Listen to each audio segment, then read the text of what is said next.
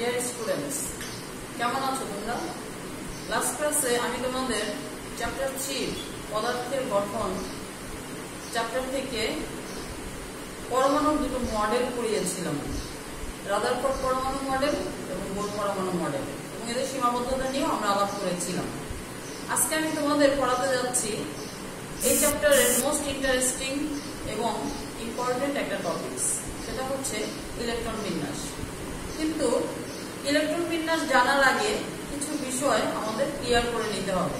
Suppose quantum সংখ্যা, তোমরা কি এই শব্দটার সাথে পরিচিত? কোয়ান্টাম সংখ্যা। কোয়ান্টাম সংখ্যাকে আমরা এভাবে সংজ্ঞায়িত করতে পারি যে কোনো পরমাণুর শক্তি স্তরের আকার, আকৃতি, শক্তি স্তরের ত্রিমাত্রিক বিন্যাস এবং ইলেকট্রন ঘূর্ণনের দিক নির্দেশ করার জন্য 4টি সংখ্যা ব্যবহার করা হয়। এই 4টি সংখ্যাকে বলা হয় কোয়ান্টাম সংখ্যা। তাহলে কোয়ান্টাম সংখ্যা দিয়ে আমরা কি কি প্রকাশ করতে পারি? শক্তি স্তরের আকার, আকৃতি, শক্তি স্তরের ত্রিমাত্রিক বিন্যাস এবং ইলেকট্রন ঘূর্ণনের দিক। কোয়ান্টাম সংখ্যাকে 4 ভাগে ভাগ করা যায়, 4 প্রকার। কোয়ান্টাম সংখ্যা হচ্ছে 4 প্রকার। প্রথমে আসো নাম্বার 1, প্রধান কোয়ান্টাম সংখ্যা। প্রধান কোয়ান্টাম সংখ্যাকে আমরা প্রকাশ করি n দিয়ে, স্মল n। বেসিক্যালি প্রধান কোয়ান্টাম সংখ্যা দিয়ে আমরা পরমাণুর শক্তি স্তর বুঝাই। যখন n = 1 হয় তখন এটা প্রকাশ করে n শেল, k শেল, তখন এটা প্রকাশ করে k শেল। যখন n = 2 হয় তখন এটা প্রকাশ করে l শেল। যখন n = 3 তখন এটা প্রকাশ করে m শেল, মানে তৃতীয় শক্তি স্তর। সো প্রধান কোয়ান্টাম সংখ্যা পরমাণু শক্তি স্তর অথবা অরবিটের আকার নির্দেশ করে। ক্লিয়ার? ওকে। দেন সহকারী কোয়ান্টাম সংখ্যা। সহকারী কোয়ান্টাম সংখ্যাকে আমরা প্রকাশ করি l দিয়ে, স্মল l। l এর ভ্যালু, আসলে l এর মান প্রধান কোয়ান্টাম সংখ্যার উপরে নির্ভরশীল, মানে l এর মান n এর উপরে নির্ভরশীল। l = 0 থেকে স্টার্ট করে n-1 পর্যন্ত। সাপোজ n = 1, তখন l = 1 হবে 0। কেন? কারণ এটা স্টার্ট হবে 0 থেকে, শেষ হবে গিয়ে 1-1। অতএব যখন n এর মান 1 তখন l এর শুধুমাত্র একটা মানই থাকবে, সেটা হচ্ছে 0। n = যদি 2 হয় l এর দুইটা ভ্যালু থাকবে, সেটা হচ্ছে 0 and 1। যদি n = 3 হয় l এর 3টা ভ্যালু থাকবে, 0, 1, 2। যদি n = 4 হয় তাহলে l এর 4টা ভ্যালু থাকবে, 0, 1, 2, 3। এখন আসো, যখন l = 0, l এর প্রতিটা ভ্যালুর জন্য একটা করে উপশক্তি স্তর পাওয়া যাবে। যখন l এর মান 0 তখন যে উপশক্তি স্তরটা পাবো তার নাম হচ্ছে s। তাহলে যখন n = 2 তখন দুইটা l এর ভ্যালুর জন্য দুইটা উপশক্তি স্তর পাবো, ফর 0 s এবং ফর 1 p। একইভাবে যখন n = 3 তখন l এর 3টা ভ্যালু পাওয়া যাবে। s0 এর জন্য আমরা উপশক্তি স্তর পাবো s, 1 এর জন্য p, 2 এর জন্য d। যখন n = 4 তখন আমরা 4টা উপশক্তি স্তর পাবো, s, p, d, f। Is that clear? তাহলে প্রধান শক্তি স্তর হচ্ছে n এবং উপশক্তি স্তরকে আমরা প্রকাশ করি কি দিয়ে? s, p, d, f দিয়ে। ক্লিয়ার? আসো এখন নাম্বার 3, চৌম্বক কোয়ান্টাম সংখ্যা। চৌম্বক কোয়ান্টাম সংখ্যাকে আমরা প্রকাশ করি স্মল m দিয়ে। Small m = 0 ± l। l মানে কি? সহকারী কোয়ান্টাম সংখ্যা। তার মানে চৌম্বক কোয়ান্টাম সংখ্যার মান সহকারী কোয়ান্টাম সংখ্যার উপরে নির্ভরশীল। m এর মান হবে 0 এবং ± l। এটা ডিটেলস আমি তোমাদের দেখাচ্ছি এক্সাম্পল দিয়ে। ওকে, নেক্সট নাম্বার 4, ঘূর্ণন কোয়ান্টাম সংখ্যা। ঘূর্ণন কোয়ান্টাম সংখ্যাকে আমরা প্রকাশ করি s দিয়ে। s দিয়ে আমি তোমাদের বলেছি যে পরমাণুর ইলেকট্রনের ঘূর্ণনের দিক নির্দেশ করার জন্য যে কোয়ান্টাম সংখ্যা প্রকাশ করা হয় তাকে বলা হয় চৌম্বক কোয়ান্টাম সংখ্যা। চৌম্বক কোয়ান্টাম সংখ্যাকে আমরা প্রকাশ করি m দিয়ে, এবং ঘূর্ণন কোয়ান্টাম সংখ্যাকে আমরা প্রকাশ করি s দিয়ে। এবং ইলেকট্রনের ঘূর্ণনের দিক প্রকাশ করার জন্য যে কোয়ান্টাম সংখ্যা ব্যবহার করা হয় সেটাকে বলা হয় ঘূর্ণন কোয়ান্টাম সংখ্যা অথবা স্পিন কোয়ান্টাম সংখ্যা। Suppose plus up minus up, পরমাণুর অরবিটালে একটি অরবিটালে দুটোর বেশি ইলেকট্রন থাকতে পারে না। এখন দুটো ইলেকট্রনের দিক কখনো সেম হবে না, একটা যদি হয় প্লাস আপ আর একটা হবে মাইনাস আপ।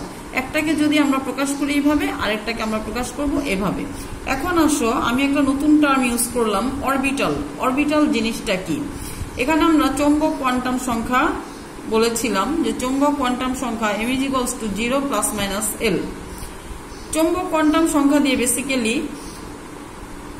শক্তি স্তরের ত্রিমাত্রিক বিন্যাসকে বোঝায় এবং m এর প্রতিটা ভ্যালুর জন্য একটা করে অরবিটাল পাওয়া যাবে। m এর যদি একটা ভ্যালু হয় একটা অরবিটাল পাবো, m এর যদি দুইটা ভ্যালু হয় দুইটা অরবিটাল পাবো। ওকে, এখন আসো চারটা কোয়ান্টাম সংখ্যা আমি একটা উদাহরণ দিয়ে তোমাদের ক্লিয়ার করে দিচ্ছি। পরমাণুর চতুর্থ শক্তি স্তরে L ও m এর মান হিসাব করে মোট অরবিটাল সংখ্যা এবং ইলেকট্রন সংখ্যা দেখাও। চতুর্থ শক্তি স্তর, অবভিয়াসলি এটাতে প্রধান কোয়ান্টাম সংখ্যা = 4। ক্লিয়ার? আচ্ছা, সহকারী কোয়ান্টাম সংখ্যা, এখানে n এর ভ্যালু যখন 4 তখন l এর ভ্যালু কি হবে? 0 1 2 3। চৌম্বক কোয়ান্টাম সংখ্যা আমি বলেছিলাম চৌম্বক কোয়ান্টাম সংখ্যা = m0 ± L। তাহলে এখানে শুধুমাত্র L এর মান 0 হলে চৌম্বক কোয়ান্টাম সংখ্যা হবে শুধুমাত্র 0। L এর মান 0 এর জন্য ম্যাগনেটিক কোয়ান্টাম সংখ্যা বা চৌম্বক কোয়ান্টাম সংখ্যা হবে শুধুমাত্র একটাই 0। এখন আসো যখন L = 1 তখন m এর মান হবে 0 ± 1, তার মানে কি +1 0 -2। যখন L এর মান 2 তখন m এর মান হবে +2 +1 0 -1 -2। যখন L এর মান 3 তখন m এর মান হবে +3 +2 +1 0 -1 -2 -3। ক্লিয়ার? ওকে, এখন দেখো এখানে m এর একটা মাত্র মান। আমি তোমাদের বলেছিলাম চৌম্বক কোয়ান্টাম সংখ্যার প্রতিটি মানের জন্য আমরা একটি করে অরবিটাল পাবো। তাহলে যখন m এর একটা মান তখন আমরা একটা অরবিটাল পাবো। এখানে m এর তিনটা ভ্যালুর জন্য আমরা তিনটা অরবিটাল পাবো। এখানে পাঁচটা ভ্যালুর জন্য পাঁচটা অরবিটাল পাবো, সাতটা ভ্যালুর জন্য সাতটা অরবিটাল পাবো। এবং আমি তোমাদের বলেছিলাম একটা অরবিটালে দুইটার বেশি ইলেকট্রন থাকতে পারে না। তাহলে এখানে একটা অরবিটালে থাকবে দুইটা ইলেকট্রন, তিনটা অরবিটালে থাকবে 6টা ইলেকট্রন, পাঁচটা অরবিটালে থাকবে 10টা ইলেকট্রন, সাতটা অরবিটালে থাকবে 14টা ইলেকট্রন। তাহলে আমাদের টোটাল অরবিটাল এখানে কয়টা হলো? টোটাল অরবিটাল হলো 16টা এবং টোটাল ইলেকট্রন সংখ্যা হলো 32। So this is the answer of the question. এটা কি তোমাদের কাছে ক্লিয়ার? যদি ক্লিয়ার হয়ে থাকে তাহলে নেক্সট ক্লাসে তোমাদের হোমওয়ার্ক থাকবে পরমাণুর তৃতীয় শক্তি স্তরে m ও l ও m এর মান হিসাব করে মোট অরবিটাল এবং মোট ইলেকট্রন সংখ্যা দেখানো। এটা থাকবে তোমাদের নেক্সট ক্লাসের হোমওয়ার্ক। ওকে, এখন আসো ইলেকট্রন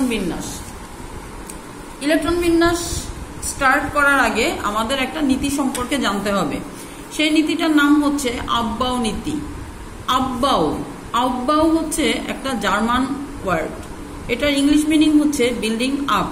তোমরা একটা বিল্ডিং কনস্ট্রাকশন যখন করা হয় তখন তোমরা দেখেছো যে বিল্ডিংটা প্রথমে ফাউন্ডেশন দেওয়া হয়, তারপরে ground floor, then first floor, then second floor, then third floor, এভাবে এটা উপরের দিকে উঠে। তোমার ইলেকট্রন বিন্যাসটাও হচ্ছে সেম।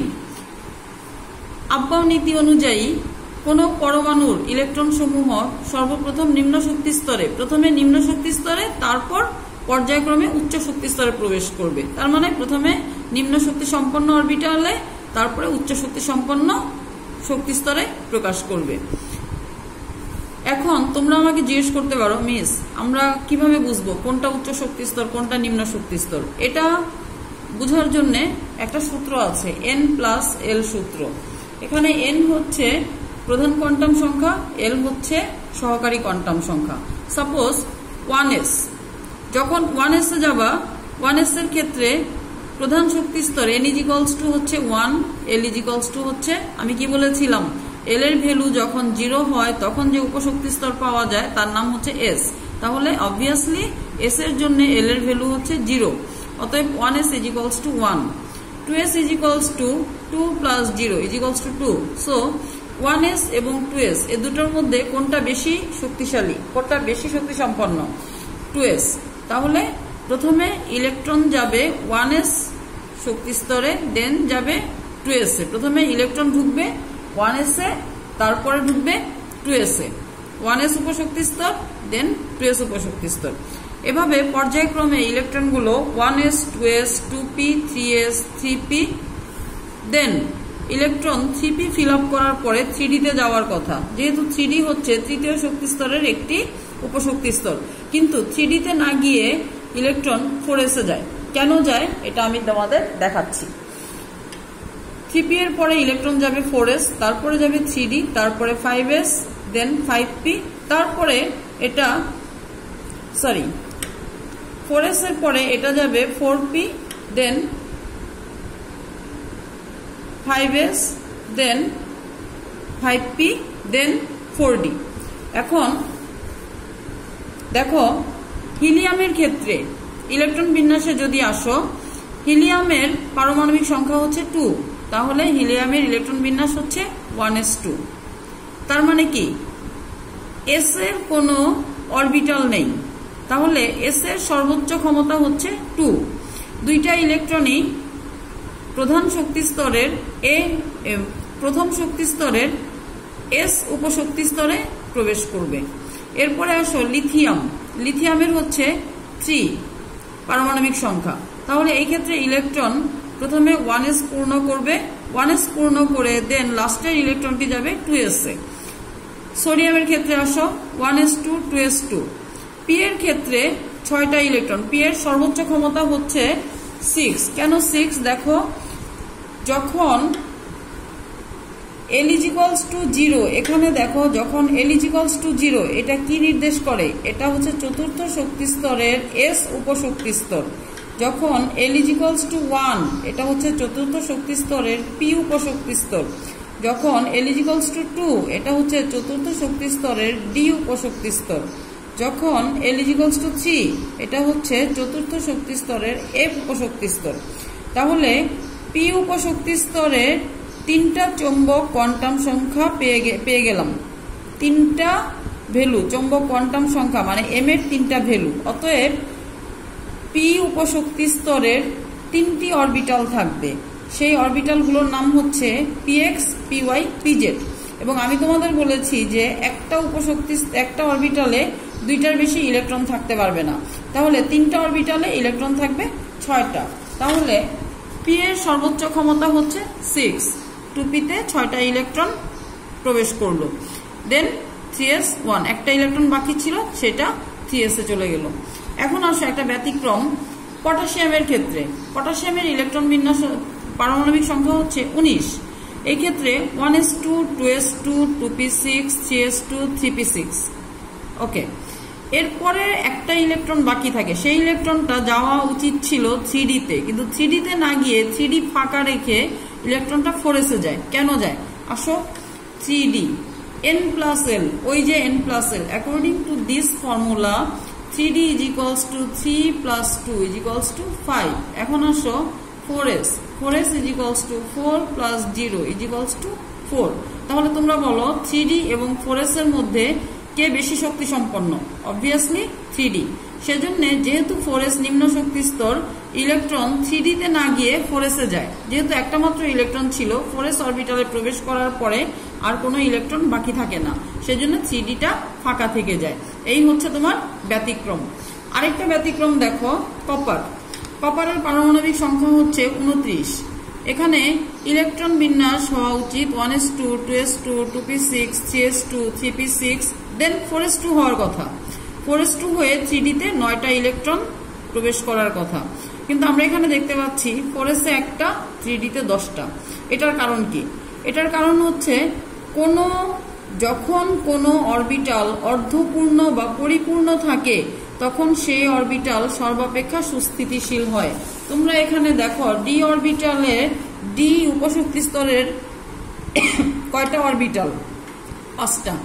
অতএব d উপশক্তি স্তরের 5টি অরবিটাল আছে। অতএব d উপশক্তি স্তরের সর্বোচ্চ ধারণ ক্ষমতা, ইলেকট্রন ধারণ ক্ষমতা হচ্ছে 10। অতএব d ডি উপশক্তি স্তরের সর্বোচ্চ ধারণ ক্ষমতা 10টা ইলেকট্রন থাকলে এটা সর্বাধিক স্থিতিশীল।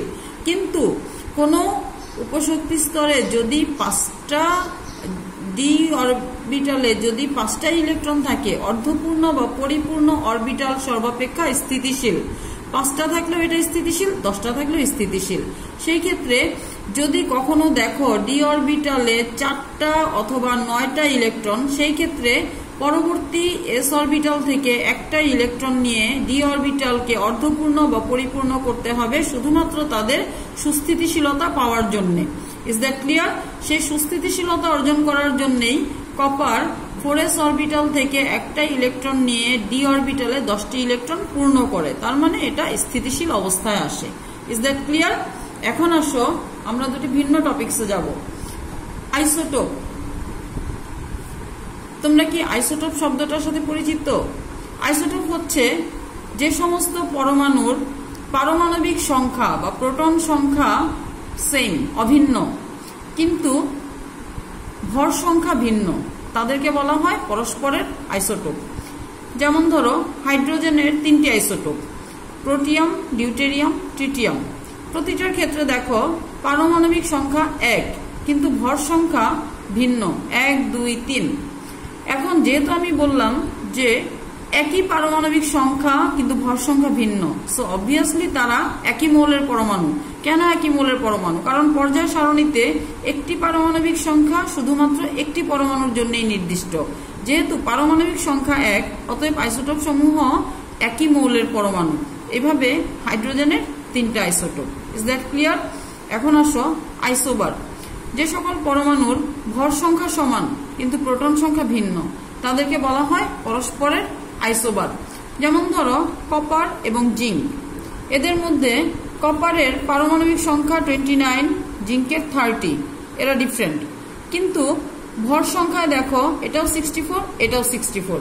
অতএব এরা হচ্ছে কপার এবং জিঙ্ক, এই দুটো পরমাণু হচ্ছে পরস্পরের আইসোবার। Is that clear? আচ্ছা, তোমাদের এখান থেকে আরেকটা হোমওয়ার্ক থাকবে। আমি যে আজকে তোমাদের ইলেকট্রন বিন্যাস দেখালাম, তোমাদের হোমওয়ার্ক থাকবে, নেক্সট হোমওয়ার্ক তোমরা 1 থেকে 30 পর্যন্ত ইলেকট্রন বিন্যাস করে আমাকে নেক্সট ক্লাসে দেখাবা। তাহলে তোমাদের হোমওয়ার্ক ছিল লাস্ট ক্লাসে, সেটা আমি আজকে তোমরা সাবমিট করো।